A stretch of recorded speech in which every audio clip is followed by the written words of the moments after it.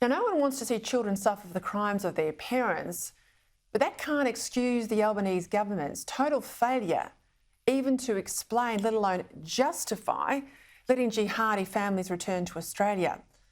And yes, government has a duty to every Australian individual, but it also has a duty to the community as a whole, and so far it's completely shirked its duty to explain how the safety of a few women who rejected Australia to join terrorist groups abroad trumps the safety of the wider population, who shouldn't need to have terrorist or terrorist sympathisers living in the street next to them.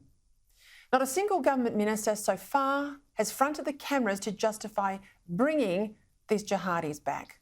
And virtually no questions have been asked of the Prime Minister by the media. Maybe these women have seen the error of their ways and totally reject the terrorist ideology for which they left Australia in the first place.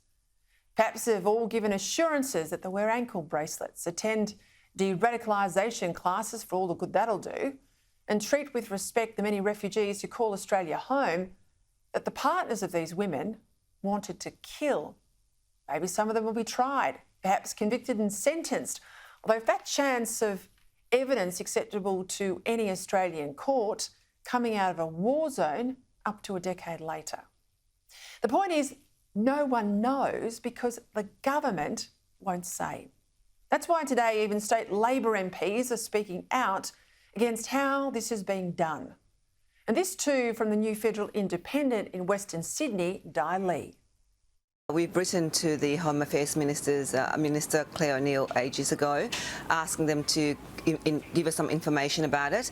But it seems like the government is doing all this under the cloak of very secrecy, and it's really unfortunate. Whether you agree with the decision or you don't, I oppose it. Nonetheless, it's dead wrong for the Prime Minister to hide from something as big as this. You want to make a decision like this, I say to the Prime Minister, then have the guts to front the camera and defend it.